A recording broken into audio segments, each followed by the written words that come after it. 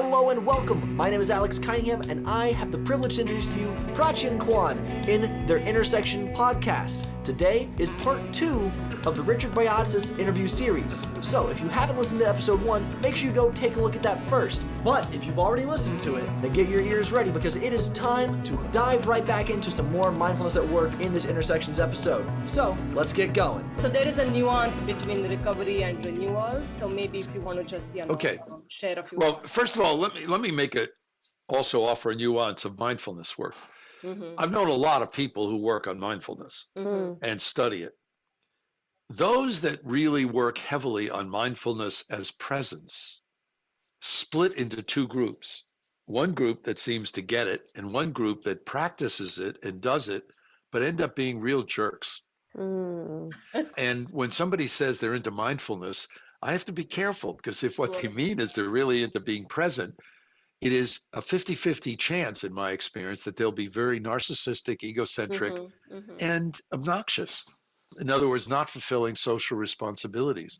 So I just want to flag that because I think I have also watched people wield their mindfulness and their personal presence in a way which is very narcissistic. That's a good point. There's a warning there. Absolutely. Yes, we need rest. And according to sleep scientists now, we need 8 hours a day. It's not 7 or 7.5, it's 8. And we know at certain times in our lives, teenagers probably need more and they get less. When we're busy trying to prove ourselves at work, we often sacrifice sleeping time, especially if we want to go out and have fun and then we have too much to drink or smoke or whatever where it's legal. And that ends up disturbing sleep patterns. So one of the things that happens is a lot of people are sleep deprived.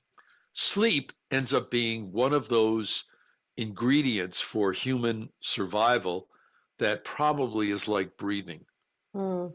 If we don't get enough of it, I remember in the 70s finding out that if, when you go into rapid eye movement sleep, where your eyes are fluttering underneath your eyelids, if you wake people up as soon as that starts every time, which some scientists did, trying to understand the DTs. Why did alcoholics who became sober went cold turkey? Why did they get the DTs?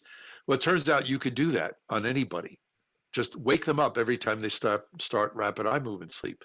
If you deprive people from going into that deep level of sleep, you actually deprive them from the level of rest that they need. Now we know, some 40 years later, that you're also interrupting the BNDF hormone in the brain, which allows you to unbuckle things you learned before so you have space on your neural synapses for new things. Now, the caution I would give people is that rest is important, but it's not the same as renewal. It has two different functions. Not different, but related. But a lot of people don't understand renewal. I mean, when I give my lectures or talks or classes, I do that exercise of who helped you the most and have people talk about it with others. And part of why I do it is I get them into a parasympathetic nervous system state and they describe how it feels, not analyzing, just how it feels. And then I say, by the way, you just spent 12 minutes in renewal. And they go, oh, that's what it feels like. Because a lot of us confuse rest with renewal, not the same. Some of us confuse relaxation with renewal, not the same. Some of us confuse boredom with renewal, not the same. So it's like the idea, pre-COVID, some people floated this idea of have people eliminate coffee breaks and lunch breaks and give the whole work week at 3 days and you have 4 days off. That was the stupidest thing I could ever hear, ever imagine. Because what coffee breaks and lunch breaks do for us is they give us a chance to break with the activity. And often what we do is something interpersonal.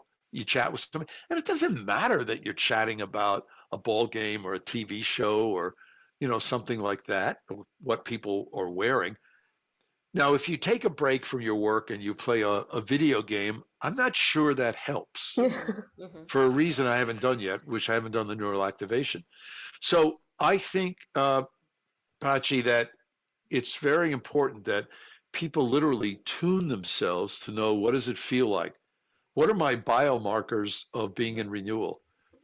And if people learn that, then I think they're able to make that sensory statement for themselves. That's fascinating. I this reminds me of the time, this was maybe 4 or 5 years ago, so certainly pre-COVID, when I intentionally took a few Fridays off from work, and I had a whole plan around all kinds of renewal activities that were important to me, to people Right. around me. So maybe that's a topic for another day, but now I'm connecting all those dots in terms of why that was so energizing, so Right. refreshing and liberating in a way. And it was 6 Fridays over 6 weekends, right? But that changed the tone of life for me. Right, because it gave you permission Right. to experiment with these other things. Absolutely. I mean, you stop and think about what we're doing as parents with our kids these days. It's really not very helpful. I mean, we're so busy getting them from one lesson to another lesson. They literally don't sit in a room or in a backyard or someplace and get bored. Right. Well, the theme is innovation here. Well, it turns out that if you don't get bored, you don't allow yourself to go into that neural network often associated with mind wandering, which is the key to innovation or adaptability. Absolutely. So the more we focus, even if we focus on things that are intentionally good for us, the more we in fact may lose the point of exploring. Right. Kuan and I talk a lot about organizational collaboration structures, what needs to be sort of the role of, leadership in imbibing that culture of innovation, what is missing, because there are a lot of different things that every organization experiments with. There are well-being programs, all kinds of other things, innovation ecosystems. Kuan and I have certainly been engaged in very many. What's your thought around, this intersection of renewal activities? Right. And I'll do you one better. We've had a number of our doctoral students studying this. One study was done by Lori Kendall. When she was getting her PhD, she's now non-tenure track faculty at Ohio State. She spent a number of decades in marketing in high tech in Silicon Valley, came for our executive doctorate, and stayed for the PhD extension. And she went out and studied marketing executives in the high-tech firms. And yes, she found that their demonstrated emotional intelligence, as seen by others, not self-assessment, which I think is delusional, but as seen by others, predicted product innovation, process innovation, market share in those firms. And in running the structural equation model, the multivariate, she introduced something which I've been pushing people to think about since 2007, actually, which is the quality of relationships, because I think those are the mediators. And sure enough, the quality of the relationships in terms of degree of shared vision, not goals, vision, deep sense of purpose, shared compassion, caring, and shared energy mediated the effect to produce more in process innovation, product innovation, and market share. I love that. You can't use emotional intelligence unless you're in a more open state. And that's where stress and the larger NEA, negative emotional attractor, I think bring people down. I mean, Annie McKee and I made this point in our 2005 book that it is the buildup of these things which causes dissonance. We disconnect. And the buildup is often mindlessly done, where you say, okay, I'm going to polish off another 40 emails tonight before I turn in. Horrible thing for you to do, because, some of those emails are going to piss you off and you're going to go to bed, not in a relaxed state, but in an angry state. So then you're going to dream about giving people feedback with chainsaws, which is horrible, again, joking, but anyway. That's awesome. I think Kuan is visualizing all that. Yeah, right. That heard we all are. Remember, playfulness is one of the sources of renewal. Yep. Okay, so let me talk about the neural activation, because Tony Jack, professor and a prominent neuroscientist at Case, has done a lot of this research, so much, and I've been doing some of it with him now on the fMRI studies, but it's very clear that the third axis in the PEA versus NEA states, these tipping points, is activating the empathic network, which is technically neurologically the default mode network, versus the analytic network, which is often called the task positive network. The task positive network allows us to focus, solve a problem, and make a decision, anything abstract. The empathic network allows us to be open to new ideas, open to other people, open to emotions, and a different sense of moral reasoning around fairness. Not good, bad, because that's analytic. The thing about these two networks is they're antagonistic, just like the sympathetic, parasympathetic. I mean, your body needs both working, but at any moment in time, one dominates the other. It is very clear with the analytic and empathic network that this switching ends up being very, very key, except unlike the hormonal systems, the sympathetic, parasympathetic, that might take a few minutes, these are happening in thousandths of a second. It's fascinating. And unless a person is able to build this facility to go back and forth, they're going to become narrower and narrower. Now, in organizations, every time we focus on financials, it's analytic.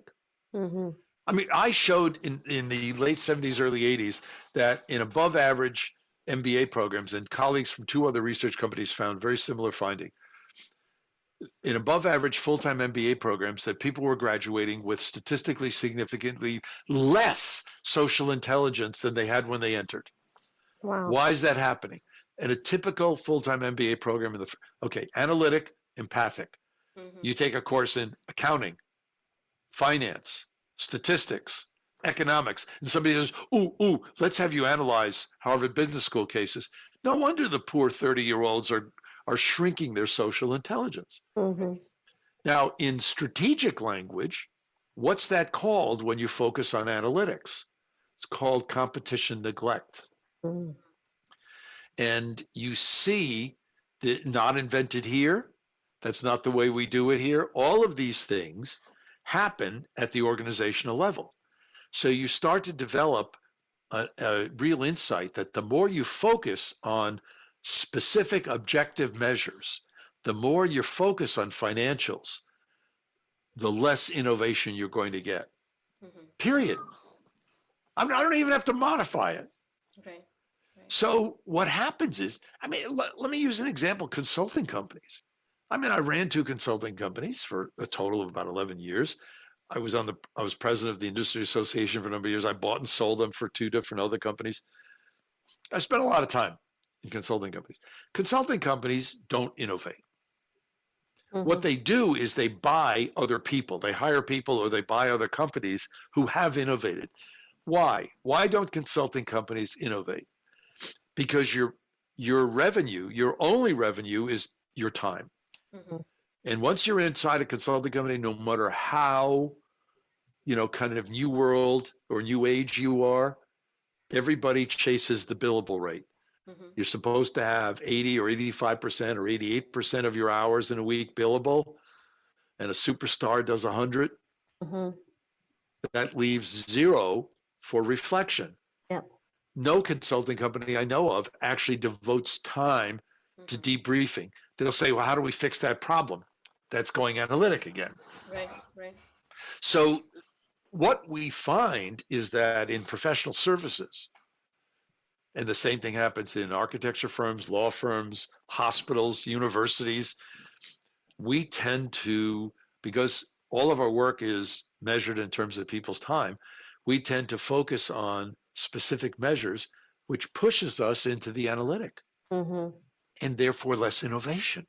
So when somebody berates a management group, say, hey, our competition is eating our lunch and we have to fight around. I want you to think outside the box.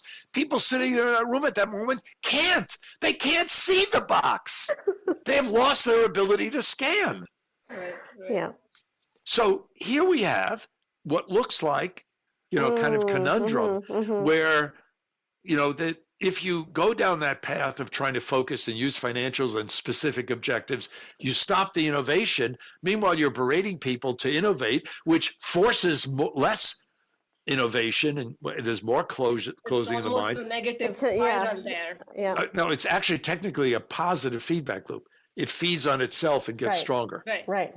A negative feedback loop is what's called, where you countermand it or you control it. Mm-hmm. But it becomes increasingly negative, your point, Praj. Yeah. So the dilemma we have is it's no doubt that we build entire corporate cultures or team cultures chasing the wrong things. We did another study that was published in Career Development International, which is one of the big career journals, in 2017. I was called by the head of coaching at a Fortune 50 company, I believe, who did a lot of coaching programs in their research and engineering units. And they had two really large ones, one in Europe and one in the US, about 850 engineers. This is in the research unit. And she said, I loved your MOOC on leadership and emotional intelligence. Could you do some of that research here? Because I think it's really important. And this is even before we did the coaching MOOC. And she said, and I think it's key for us to understand how we should be coaching people. So we did. And what we were able to show is yes, because engineers work in project teams, all project teams. And we're looking at engineering effectiveness and engagement. Well, lo and behold, the degree of demonstrated emotional and social intelligence behavior seen by your project teammates predicted engineering effectiveness.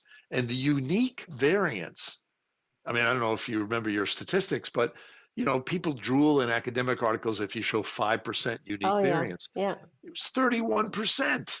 Oh. And then, but it didn't predict engagement. And by the way, IQ and personality did not, had zero impact. Then we found, to go back to the PEA, NEA, that if we looked at the degree of shared vision, not goals, vision in their project teams, it predicted engagement to the tune of a 27% unique variance.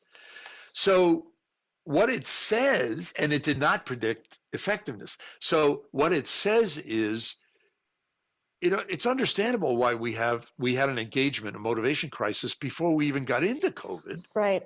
With 80% people saying they aren't engaged, because we spent so much time in organizations focusing on specifics, on financials, on metrics, on dashboards, all of which are useful, but are so overdone that they have the effect of crowding out mental space. And if you get into the neurological aspects of it, you can see that they actually cause people to close down and therefore not be able to innovate. This is, every time I hear you talk or read your books or articles, I want everyone to understand what you are saying. Oh, thank you. I wish they did too. Well, not too fast, because if everybody got it, then I wouldn't have a job. You'd be out of a job. Yeah, right. I think when I talk to my colleagues and stakeholders, and when Prachi does, right? I think everybody they take it for granted that, yeah, sure, this makes a lot of sense. But then we are constantly going back to, the bottom line, right? So the ROI, then the billability. Because that's so seductive. We have developed cultures where we think that's the measure. Right. It is one measure. It's one measure. Finance is one form of capital in an organization. And that was the point we made in our recent book. Sorry if I plugged the book, but I'm very proud. We kind of summarized it. Yeah, thank you. It kind of summarized 30 years of all this technical research, but in a very human way, with stories about physicians to executives to parents to all these things. But when we say, how do you help people learn and change? How do you motivate them to want to learn and continue learning? Right. And the sad story is, and most of the time when we try to help people, we do it the wrong way. We give them tips. We tell them what to do. We say, well, this is the way I did it, then you should do it. And what we're doing is what Professor Melvin Smith and I started calling back in 2003, we're coaching for compliance. Exactly. We want them to do what we want them to do. Mm-hmm. Okay. Now, at some point, you two come from, I don't know how many generations back, but you come from cultures that have a lot of that. Oh, yeah. Because of the hierarchy, and you're supposed to listen to your elders and do what they say and all that. The result is that they're helping bullies. Do you feel it at the time? Yes. And anybody who's ever had teenagers knows what that's like. Well, it's the same thing for all of us. So what we've been advocating is, how do you do what Melvin and I started calling way back then coaching with compassion? How do you coach to the other person's dreams? How do you coach to renewal? How do you coach to a person's core sense of purpose? How do you coach to caring relationships? And in fact, I think right now we're in chapter 8 of this last book. We really devoted a good deal of it to how do we develop a culture of development. And I've just been giving some talks on this, some webinars about, I think we should have a culture of development that parallels the culture of performance, not replaces, but parallels it. Because we need to chase performance, but if we don't help people with their sense of development, they're not going to stay. I mean, I saw a recent LinkedIn survey. I don't know the details about it, but it said that 94% of the people surveyed said they would stay with the company if they felt they were being developed in some way. Right. And so it comes down to, we have to do these things. But what I'm trying to raise with these various psychophysiological studies is you can't do both at the same time. I mean, I knew when I was running a consulting company, in the years that we innovated and came up with some new programs, we didn't make as much money. In the years that we just hawked, if you will, a more limited set of programs, we made a huge amount of money. Where do you put your time? Well, we need both. We need both as individuals. We need both in our families. We need both in organizations. So the issue is trying to learn, how do we do both? And the stress renewal, the analytic, the empathic networks, the PEA, NEA, all keep talking about balance is important. And I do think that's really key to help individuals and our families and our organizations thrive and innovate and develop new approaches. And I'm not saying that just because I'm a Libra and 7 of my 9 planets were in Libra at the time I was born, but I mean, I actually do believe that balance is important. So Dr. Boyatzis, we could talk to you all day. I think Prachi and I would probably come and just, be your research assistants just to absorb all the amazingness. But we do need to wrap up. I'm not sure that's a renewing experience, by the way. But anyway. Maybe not. So just one final question and then we'll wrap it up. Yep. So we talked about the compliance aspect of it, right? And a lot of organizations, they sort of recognize some of what we're talking about, but then we fall back to these engagement surveys and well-being portals and things that really aren't creating the kind of change that you just described with the coaching. So as I thought about your personal sustainability index that you introduced in the paper, it made me think like that would be so much better, right? If we could come up with an instrument that really helped 2 things. One, to get measures around what we want to know, which is how are our employees doing, right? In the context of these structures that we have where we're so bottom line driven and all of this, how are they functioning? And then 2, help everybody in the organization to understand that need for balance between the renewal and the stress. So have you seen it where an organization, like outside of bringing you in as a consultant, right, to help them figure this out, but apply this and, what were the findings, I guess? It goes way back. I mean, I remember some organizations experimenting with this in the early 80s. It was interesting. With Herb Benson, who died not too many months ago, a prominent cardiologist at Harvard Medical School, he and Dave McClellan, who had my mentor and good friend at the time, were doing some very careful research on healing. But Herb was also doing it on what he called the relaxation response. That was his big mega bestseller, which, by the way, pushed mindfulness and meditation, but he didn't call it that because his editors said nobody would buy it. When we developed a program that was a variation of my power motivation training program I was doing with the alcoholics, we went around to all these different companies, and they all said, no, we're not going to do that. We don't want to reduce stress. We want to increase it. Oh. We want to drive people to more performance. So what it's going to take is a mindset shift that your role as an executive and as a leader is not to produce results. Your role is to motivate the people to produce results. And it's one of the 5 forms of capital. And you have to worry about all 5 forms of capital being stronger. And if you use one form of capital, like you squeeze more performance out of humans to get more dollars, you're spending one form of capital at the expense to get performance on another, and you're losing your assets, if you will. That's what we're seeing today with the Great Resignation. And that's what was forecast pre-COVID with the horrible engagement numbers. Right. So I think there are these things. I've known divisions in companies. I remember American Express, and I met the fellow who did it, who started the division, was a brilliant guy, Doug Lennox. He started Ameriprise, that whole thing. And they started with concepts of emotional intelligence. And they created such a strong workforce and such strong commitment that it was amazing. And they were in the financial services industry.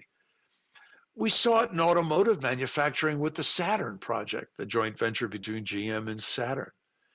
You see it on certain product lines at Apple. You see it in many of the parts of Google. I'm on the leadership board at MD Anderson. It's amazing what healthcare institutions have been able to pull off and transform themselves. I mean, I have taught and done research at the Cleveland Clinic, and also up until about 6 years ago, all my doctors were there. And then I moved back to Boston and I shifted them to MGH. But I watched the Cleveland Clinic go from a technically expert place that offended a lot of people, including patients, to within a period of maybe 15 years to be, it's now ranked number 2 hospital in the US for a very, very good reason. I mean, the transformation didn't lose any of the technical expertise. Right. They didn't lose their ability to heal patients. What they did is they added the patient experience onto the performance, and it changed the mindset. Now, once you have the mindset change of the leaders, my job is dual, people development and performance. Then you start to say, okay, how do we play that out in terms of culture? Right. The rules of behavior, the norms, the values. Well, that's where we get back to what Prachi and you, Kwan, are saying all along. It has to start with individuals.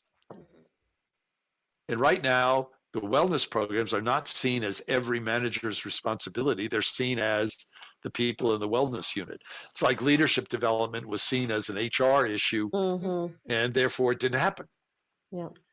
So until we start to realize that our own renewal is where it starts, and that because of the emotional contagion, we have the possibility of positively infecting others around us with it. And so it starts with us. We each have to take personal responsibility, but we have to do it in a way in which we're not continuing this crazy narcissism going on in our societies. I mean, when did the selfie become the most popular form of photography? I mean, it's amazing. People worry about politicians being narcissists. Oh my God, that's nothing. So what's the antidote? Renewing yourself and caring about others. What a great way to wrap up our amazing podcast. And I have nothing but gratitude for Prachi, the work that we are doing together, for you, Dr. Boyatzis, and the research that you and your team are doing. So please continue and provide us with all of this amazing work. And thank you for your time today. I am so excited to produce this episode and share it with our listeners. So thanks again. Thank you both. I couldn't agree more, Dr. Boyatzis, and I have to say, just being in your presence, just having this dialogue, just, a few laughs and a lot of learning from you. Right. I mean, this is a rich experience, and you just made our day. And that concludes the Dr. Richard Boyatzis Intersection series. A big thank you to the Samaya Studios for helping us out here. Make sure to check them out on LinkedIn.